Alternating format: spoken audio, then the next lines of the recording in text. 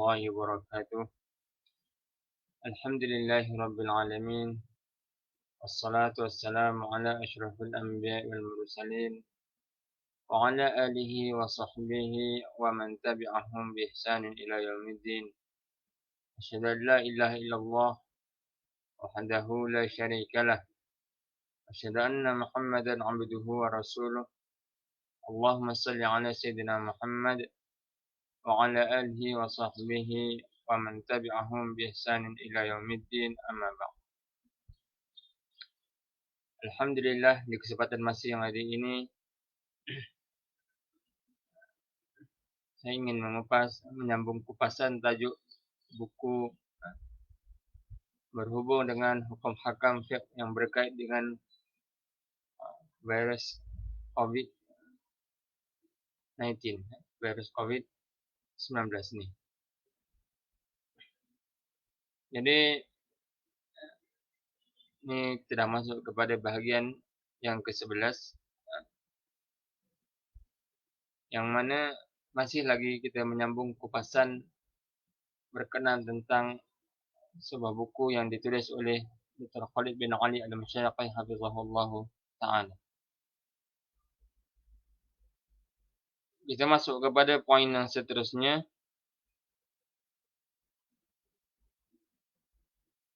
iaitu poin tentang hukum hakam, hukum salat Jumaat. Poin yang ke-20, hukum salat Jumaat.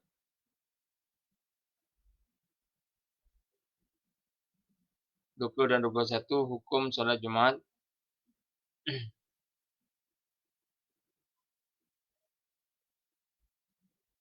Disebut di sini ma yata'allaqu bi ahkami yaumil jum'ah hala ta'til salatil jum'ah. Apa sahaja yang berkait dengan hukum hakam pada hari Jumaat dalam keadaan tidak dibenarkan untuk kita solat Jumaat fil masajid, di masjid-masjid, ahkamun baqiyah. Maka hukum hakamnya kekal. Maksudnya sama dengan solat Jumaat. Kecuali benda yang berkait dengan solat Jumaat secara direct. Adapun berkait dengan hari Jumaat, maka hukum hakamnya kekal. Fayushra fi fajri yaumil jum'ah qira'atai suratus sajdah wal insan. Maka disyariatkan pada fajar hari Jumaat membaca surah Al-Insan, surah Sajadah dan surah Al-Insan. Bagi yang mampu, maka dia boleh baca surah Sajadah. Kemudian rakaat yang kedua baca surah Al-Insan. Ini yang dibuat oleh Nabi SAW dan merupakan salah satu sunnah pada fajar atau pada waktu subuh atau pada salat subuh hari Jumaat. Maksud sunnah apa? Maksudnya adalah ianya dilakukan oleh Nabi SAW. Ia tidak sampai ke tahap wajib. Tetapi kalau kita melakukannya, kita akan mendapat pahala dan mendapat kelebihan, umpama bonus. Wa du'a fi sa'atil ijabah akhir sa'ah ba'da al-'asr. Berdoa pada waktu yang dimustajabkan, iaitu pada akhir waktu asar. Wassalatu 'ala Nabi sallallahu alaihi wasallam. Yang kedua adalah doa pada waktu ijabah. Cuma dalam ini ada khilaf beberapa ulama. Cuma jumhur mazhab salaf menyatakan bahawasanya, para ulama salaf menyatakan bahawasanya waktu yang mustajab, yang dikatakan satu waktu pada hari Jumaat yang paling afdal untuk kita berdoa, yang mana doa tersebut akan dimakbulkan, akan mustajab. Seperti mana kita berlumba-lumba berdoa di Multazam, di Hajar Aswad, di depan Kaabah, yang mana di situ adalah tempat-tempat mustajab, di Raudhah. Begitu juga berdoa di waktu mustajab, antaranya adalah pada waktu selepas asar pada hari Jumaat ketika nak masuk waktu maghrib, akhir asar nak masuk waktu maghrib. Kemudian antaranya, jadi ini kekal, maksudnya boleh kita teruskan amalan ini. Kalau kita belum buat, kita boleh start melakukan amalan ini. Wassalatu kalau kita bekerja macam mana, kita boleh doa. Doa tidak mesti kita berada di masjadah, kita mesti kena berwuduk, tidak semestinya doa. Dia bukannya ibadah salat. Kalau salat, yes, memang kita wajib pakai pakaian yang sempurna dan kita kena berwuduk dan kita kena ada tempat yang bersih dan seumpamanya. Tapi kalau kita bekerja, kita boleh doa di mana? Di mana saja. Wassalatu 'ala Nabi sallallahu alaihi wasallam dan juga berselawat kepada Nabi sallallahu alaihi wasallam fi yaumiha pada pagi harinya, pada harinya, pada hari Jumaat itu kita boleh berselawat atas Nabi sallallahu alaihi wasallam, banyakkan selawat atas Nabi sallallahu alaihi wasallam. Innallaha malaikatahu yusholluna 'alan nabi ya ayyuhalladzina amanu shallu 'alaihi wa sallimu taslima. Firman Allah Subhanahu wa taala yang mana selalu kita dengar daripada khutbah Jumaat, Innallaha malaikatahu, sungguhnya Allah dan malaikatnya, yusholluna 'alan nabi, berselawat ke atas Nabi. Ya ayyuhalladzina amanu, wahai orang beriman, shallu 'alaihi, maka berselawatlah ke atasnya, itu kata Nabi sallallahu alaihi wasallam, wasallimu, dan berilah salam kepadanya, kepada Nabi sallallahu alaihi wasallam, taslima, dengan sebaik-baik salam. Maksudnya dalam ayat ini menunjukkan bahwasanya Allah dan para malaikatnya pun berselawat ke atas Nabi, maka afdal untuk kita banyakkan selawat. Cuma selawat Allah dengan selawat para malaikatnya lah berbeza dengan selawat kita selaku seorang manusia. Dan kita gunakan selawat-selawat yang dimasyru'kan, yang disyariatkan. Antaranya selawat Ibrahimiyah, iaitu selawat yang selalu kita baca ketika tahiyat akhir. Atau selawat biasa, Allahumma salli ala sayyidina Muhammad wa ala ali sayyidina Muhammad, itu pun sudah mencukupi. Kemudian wa qira'ah suratul kahfi hasaba khilafil ulama fi masyru'iyyatiha daiman aw fi ba'dil ahyan. Dan juga membaca surah Al-Kahfi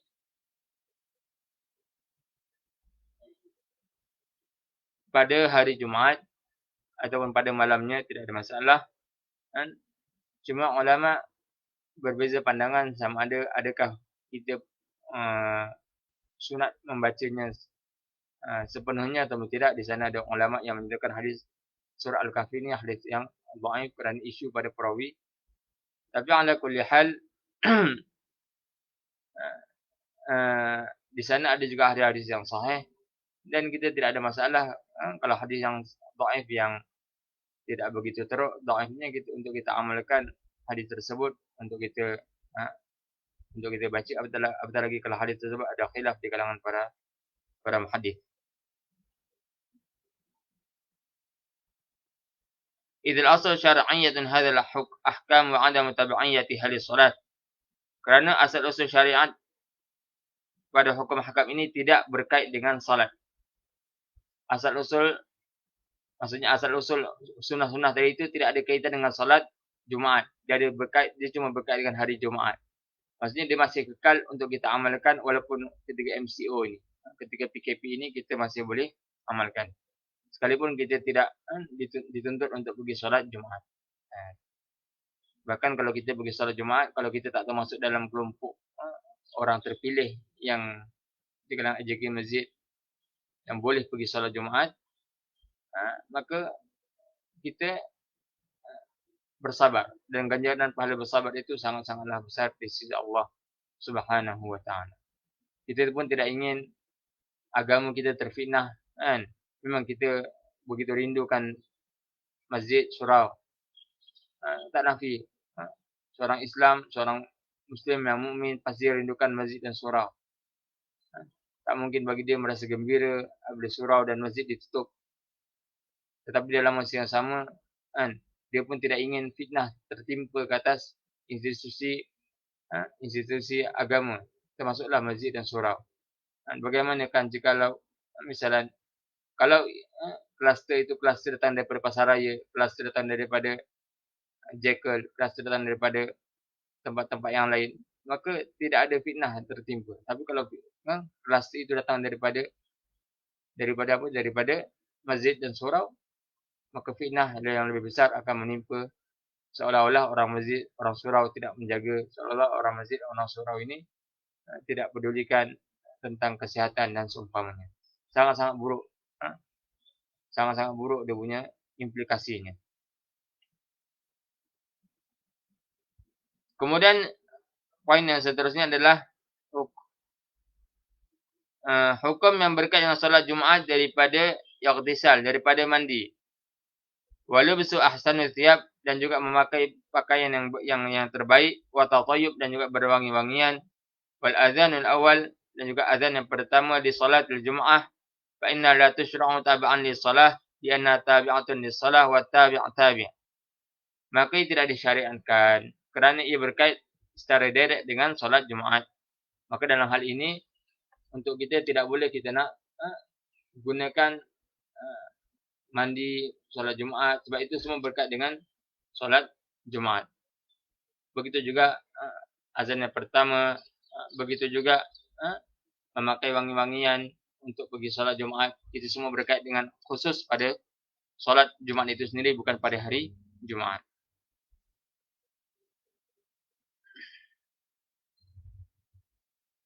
Wa ba'du hadhihi al-ahkam kal-ightisal yanbani ala hal hiya fi lis-salah aw lil-yawm.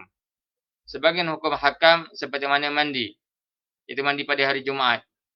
Yanbani, adakah dia terbina pada untuk solat ataupun untuk harinya? Jazakallahu khair Abu Muhammad As-Salafi kerana sudi komen.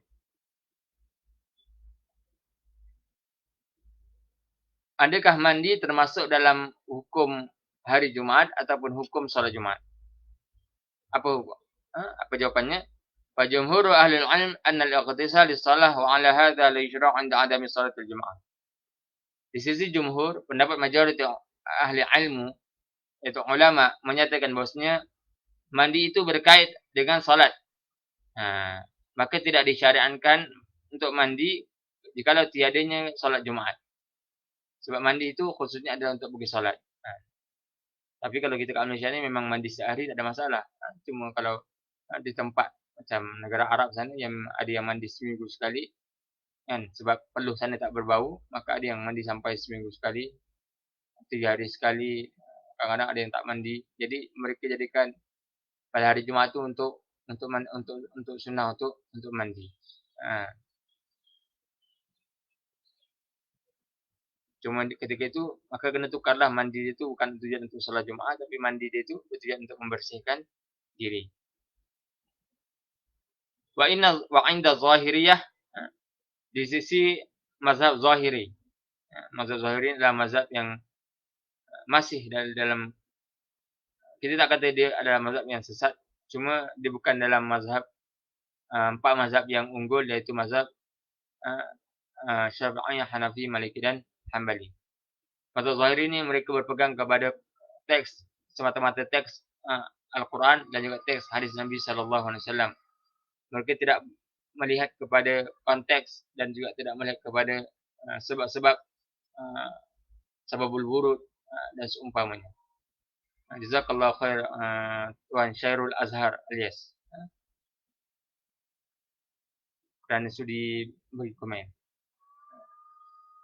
Wasawab ma alaihi, jadi di sisi Zahiriyah mereka menyatakan bahawasanya mandi itu tujuannya adalah untuk hari tersebut, bukan untuk Jumaat, bukan untuk solat Jumaat. Maka di sisi mereka disunatkan mandi sekalipun selepas asar. Selepas asar Jumaat pun boleh mandi, dikira juga mandi Jumaat. Tapi jumhur, majoriti ulama tidak berpendapat sedemikianlah. Kita berpendapat bahawasanya mandi itu adalah pada untuk solat Jumaat. Wa shawab ma alaihi jamaahir ahli al-'ilmi li hadits Aisyah radhiyallahu anha qalat. Dan yang pendapat yang paling tepat dalam isu ini adalah apa yang yaitu pendapat jumhur, pendapat majoriti para ahli ilmu berdasarkan kepada hadits Aisyah radhiyallahu anha qalat, yang mana Aisyah radhiyallahu anha berkata, qalat kana Nabi sallallahu alaihi wasallam, wasnya Nabi kana nas, wasnya manusia yantabuna yawmal jum'ah min manazilihim wal awali fayatuna fil ghubar yusibuhum al ghubar wal araq wa yakhruju minhum al araq fa ata Rasulullah sallallahu alaihi wasallam insan minhum wa huwa 'indi faqala an-nabiy sallallahu alaihi wasallam law annakum tatahhartum li yawmikum hadha rawahu al-Bukhari wa Muslim. Manusia ini didatang daripada pada hari Jumaat, mereka datang ke masjid daripada rumah-rumah mereka dan daripada kampung-kampung mereka. Maka mereka datang dalam keadaan berdebu dan juga dalam keadaan berpeluh-peluh. Maka keluarlah peluh sebahagian daripada kalangan mereka. Maka Rasulullah SAW datang kepada mereka dan Nabi SAW berkata, "Lau annakum, jikalau kamu ini tatahhartum, bersuci, iaitu mandilah, liaumikum hadza, untuk hari ini, iaitu untuk hari Jumaat." Hadis riwayat Bukhari dan Muslim. Maka dalla ala anna al-ihtisal li salah, maka ini menunjukkan dalil yang menunjukkan bahwasanya mandi itu disunatkan pada untuk solat, bukan semata-mata untuk Jumaat. Sebab pada zaman Nabi SAW, bukan semua tempat boleh adakan solat Jumaat. Kalau kita pun ada surau Jumaat, ada masjid, semua masjid boleh. Tapi zaman dahulu lagi straight kan. Sebagai masjid saja yang dibenarkan untuk solat Jumaat, bukan semua masjid yang dibenarkan untuk solat Jumaat. Hatta sampai sekarang pun kalau kita tengok di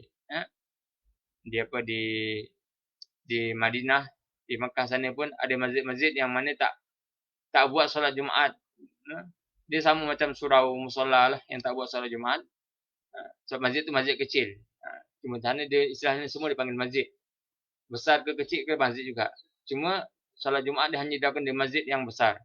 Jadi begitu juga pada ketika ini, di Malaysia kita ni, solat Jumaat macam sekarang ni kalau kat Selangor ni, hanya masjid-masjid yang terpilih sahaja yang boleh melaksanakan solat Jumaat. Itu pun untuk orang-orang yang terpilih. Jadi beruntunglah orang-orang yang terpilih dan laksanakanlah kewajipan tersebut. Bagi kita yang tidak terpilih, yang bukan AJK masjid, bukan Tok Imam, bukan Tok Bilal, bukan Pak Sia, bukan AJK masjid, maka bersabarlah kita, duduklah di rumah, solatlah dengan solat zuhur. InsyaAllah dapat ganjaran pahala kesabaran kita, dapat ganjaran pahala Jumaat itu sendiri insyaAllah. Sebab kita taat kepada pemerintah dalam perkara yang ma'ruf. Ini sama-sama untuk membendung daripada wabak COVID ini makin merebak.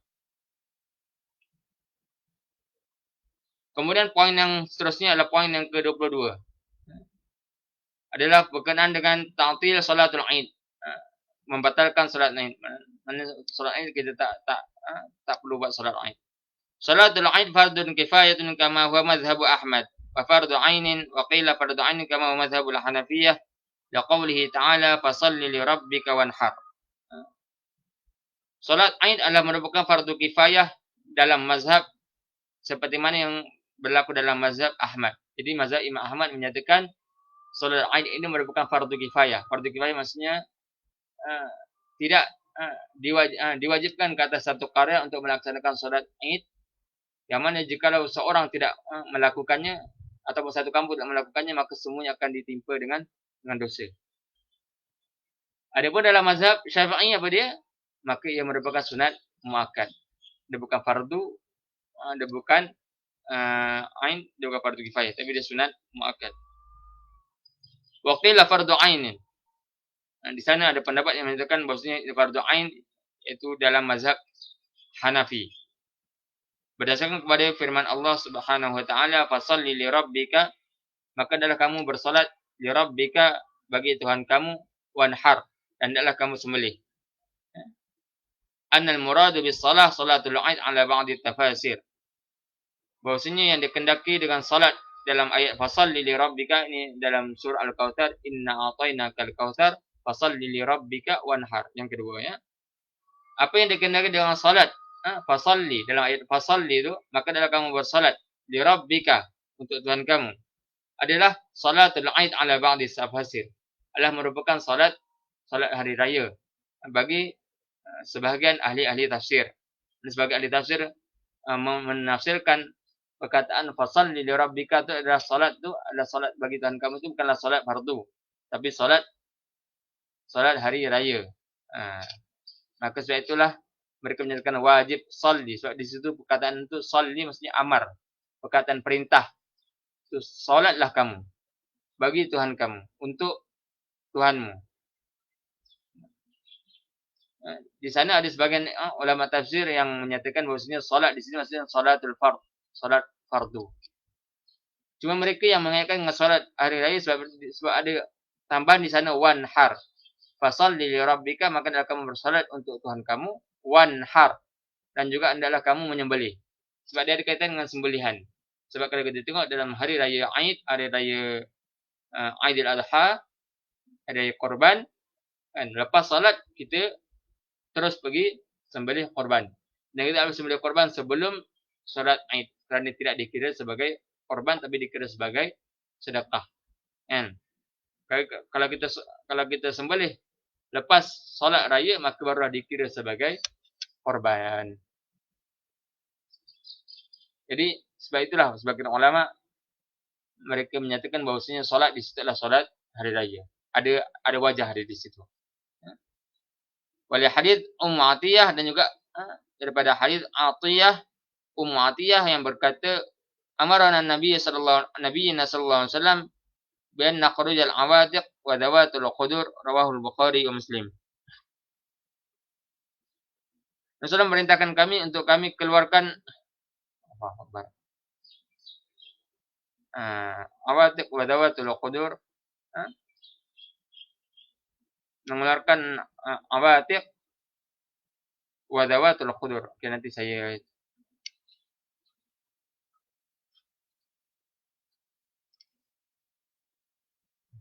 tak sempat nak cek. Disambung lagi, ma qila fi salatil jamaah, adapun qila fi salatil jamaah yang dikatakan pada salat jamaah, salat berjamaah, wal jum'ah yuqalu huna wa ala hadha fala tusalli al-'ad fil musallayat wal jawami' idza khashiya ad-darar bi ijtima'in nas la tasihhu salatul 'ad fil buyut lima taqaddama fi salatil jamaah.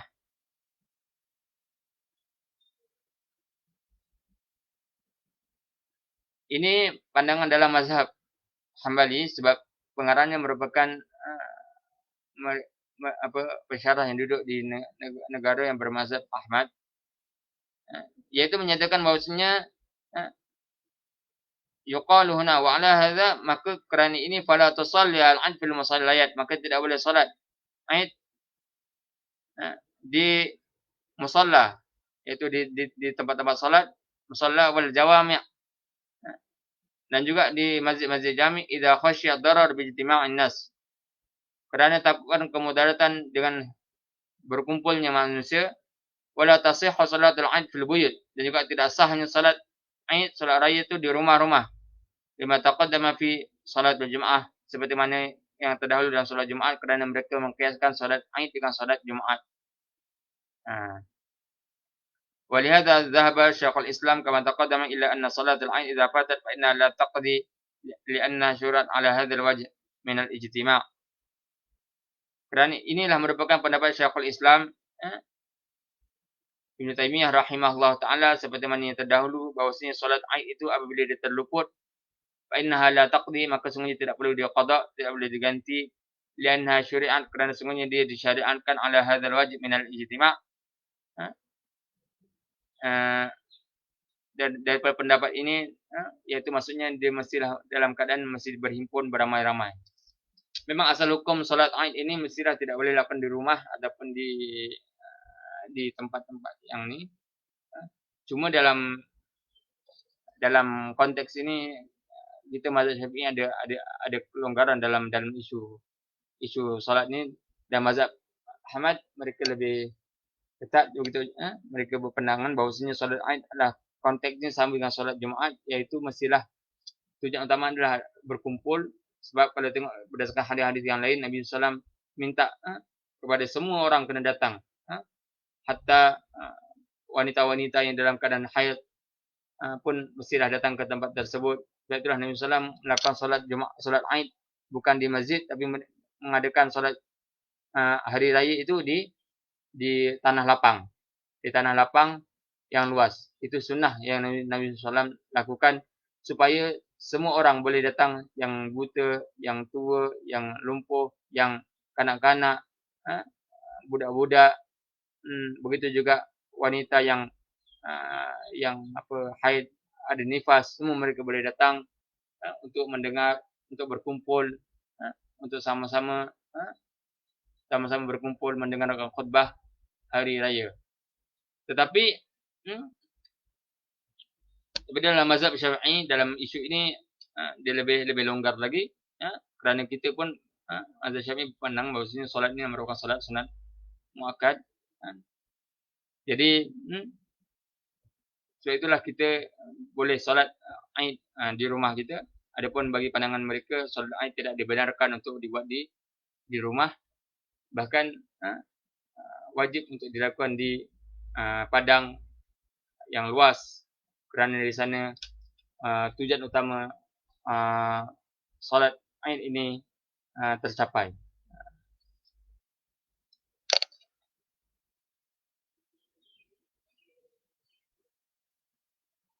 Sebab itulah mereka terus membatalkan solat Aid secara beramai-ramai. Maksudnya kita pun memang tidak akan membenarkan solat hari raya itu di masjid-masjid, kecuali orang yang tertentu saja yang telah disaring, yang telah terpilih.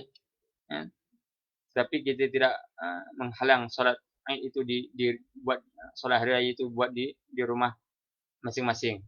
Kerana inilah kata keluasan antara mazhab di dalam Islam, yang mana masing-masing ada dalil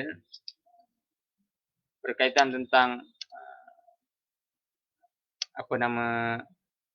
untuk mengatakan bahawasanya boleh dilakukan di rumah dan juga boleh dilakukan di tempat-tempat umum seperti mana di padang.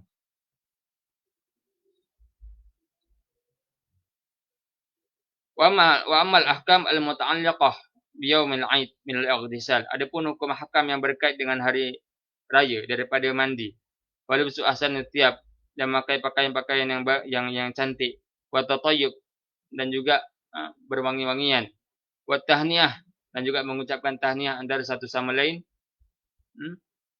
Di mana maksud apa di dalam isu solat Aid ini? Solat Aid untuk kita, yes, kita boleh solat di rumah. Kalau kita kerana keadaan tidak mengizinkan, maka boleh kita solat di rumah. Macam mana kita tengok kakak-kakak kita, adik-adik kita, mak-mak kita yang tak pergi solat hari raya di masjid-masjid, mereka solat di rumah.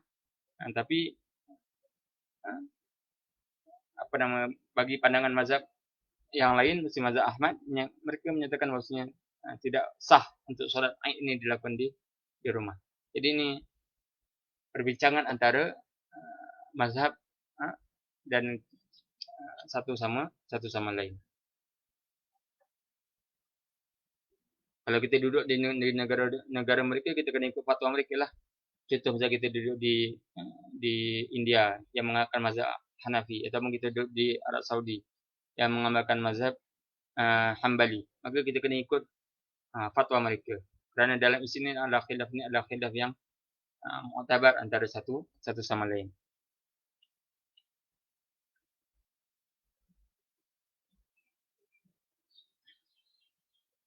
Wa ghairi dzalika fa innaha baqiyatun masyru'ah wa takbir, dan juga bertakbir, itu takbir lafaz Allahu akbar, Allahu akbar, Allahu akbar, la ilaha illallah, Allahu akbar. Takbir raya. Allahu akbar, Allahu akbar, Allahu akbar. La ilaha illallah, Allahu akbar. Allahu akbar walillahil hamd. Jadi takbir raya ini, kalau takbir raya Melayu dia mendayu-dayu, kalau takbir raya Arab dia lebih kepada ketegasan. Allahu akbar, Allahu akbar, Allahu akbar, la ilaha illallah, Allahu akbar walillahil hamd. Itu cara takbir raya Arab. Adapun Seperti mana yang waktu kecil-kecil kita dengar jangan takbir raya pada bulan Ramadan. Nanti mak ayah kita dalam kubur, orang dalam kubur menangis sedih sebab dah raya, azab diangkat. Itu semua benda yang tidak ada nas dan dalil. Maksudnya apa? Maksudnya benda-benda ghaib kita perlukan kepada dalil daripada Al-Quran dan As-Sunnah untuk kita tahu betul ke orang dalam kubur tu menangis atau tidak. Dan larangan kata tak boleh takbir raya, maksudnya dalam isu kita bertakbir secara ibadah memanglah, tapi kalau untuk macam kita tunjukkan contoh, maka tidak ada masalah sebab asal takbir raya itu adalah pada hari raya kerana kita ingin meraihkan kegembiraan pada hari raya setelah kita berjuang dapat berpuasa sebulan di bulan Ramadan. Dan hakikatnya takbir raya adalah untuk orang yang berpuasa. Untuk orang yang tidak berpuasa, maka mereka sepatutnya tidak perlu gembira sebab mereka tidak berpuasa dan mereka tidak ada hak untuk mereka nak bergembira meraihkan hari raya kerana mereka tidak berpuasa.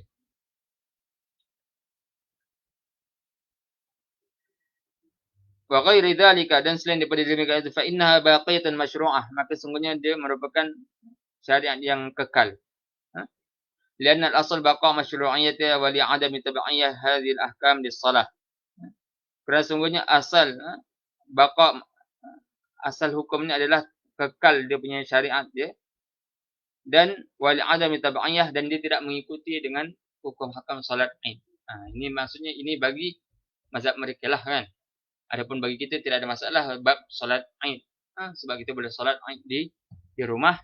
Tidak ada masalah bagi kita kerana wabak Covid yang menimpa ini, kita boleh solat Aid di rumah, boleh baca khutbah di rumah. Ini apa? Ini solat ini untuk apa? Untuk mereka yang mazhab yang lain lah, mazhab Hanafi dan mazhab Hanbali.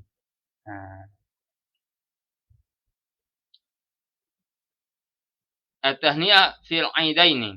Yang masalah seterusnya adalah masalah yang ke-23, mengucap tahniyah. Kan biasa kita ucap selamat hari raya, maaf zahir batin, taqabbalallahu minna wa minkum. Maksudnya macam tu. Taqabbalallahu minna wa minkum wa salihul a'mal. Semoga Allah menerima amalan kami dan amalan kamu dan memperbaiki amalan kita. Jadi apa hukum mengucapkan tahniyah ni waktu Aid ni? At-tahniyah fil aidain ni mustahabbah. Cuma iaitu mengucap tahniyah pada waktu dua hari raya ini adalah digalakkan. Dia bukan sunat Nabi, bukannya sunnah. Kerana adalah amalan daripada sahabat Nabi sallallahu alaihi wasallam. Di mustahabbah li wurudi dzalika anis sahabat radhiyallahu ta'ala anhum. Lakin kerana dia merupakan amalan sahabat Nabi sallallahu alaihi wasallam. Jadi sahabat Nabi sallallahu bila mana mereka lepas balik raya tu, mereka saling ucap tahniyah antara satu sama lain dengan sahabat-sahabat mereka yang lain. Mereka ucap apa? Bila mana mereka berjumpa, taqabbalallahu minna wa minkum. Macam kita lah, bermaaf-maafan. Minta maaf zahir batin. Macam tu jugalah mereka para sahabat, cuma mereka tidak bermaaf-maafan, mereka lebih kepada mengucapkan tahniyah kerana meraihkan kegembiraan hari raya. Lakin idza kana saya tarattabu al-ijtima' lit-tahniyah, tetapi jikalau ia berkait dengan berhimpun untuk nak mengucap tahniyah, awil musafaha dararun bi husulil adwa wa husulil marad, ataupun saling bersalam-salaman, maka ia merupakan satu kemudaratan yang boleh menjadikan merebaknya penyakit tersebut dan boleh menjangkiti penyakit tersebut. Liqa'idah la darara wa la dirara. Kerana di sana ada kaedah tidak boleh la darara, tidak ada mudarat, tidak boleh memberi mudarat, tidak boleh mudarat dan tidak boleh memberi mudarat. Maksudnya benda yang mudarat kita tidak dibenarkan melakukannya, hukumnya haram, dan juga tidak boleh memberi mudarat kepada orang lain. Benda itu tak mudarat, tapi bila mana kita buat kepada orang lain maka dia memberi kemudaratan. Maka ini tidak dibolehkan. فإنها يصار إلى التهنئة بالمشافهة أو عن طريق وسائل الاتصال المختلفة. Maka ia berkait dengan kita ucap tahniah dengan cara berjabat tangan ataupun menggunakan berhubung antara satu sama lain macam berpeluk-peluk atau sama lain, maka tidak dibolehkan. Adapun kalau kita sekadar balas dalam WhatsApp kan, sama-sama kita ucap tahniah atau tulis status di Facebook, taqabbalallahu minna wa minkum wa salihul amal kan, ataupun kita sekadar mengucapkan sahaja tanpa ada perjumpaan, tanpa ada perhimpunan yang ramai-ramai, maka ketika itu tidak ada masalah sebab dia tidak mendatangkan kemudaratan kepada diri kita dan juga tidak menyebabkan kemudaratan kepada orang lain. Kerana kita tidak tahu siapakah yang membawa penyakit tersebut dan siapakah yang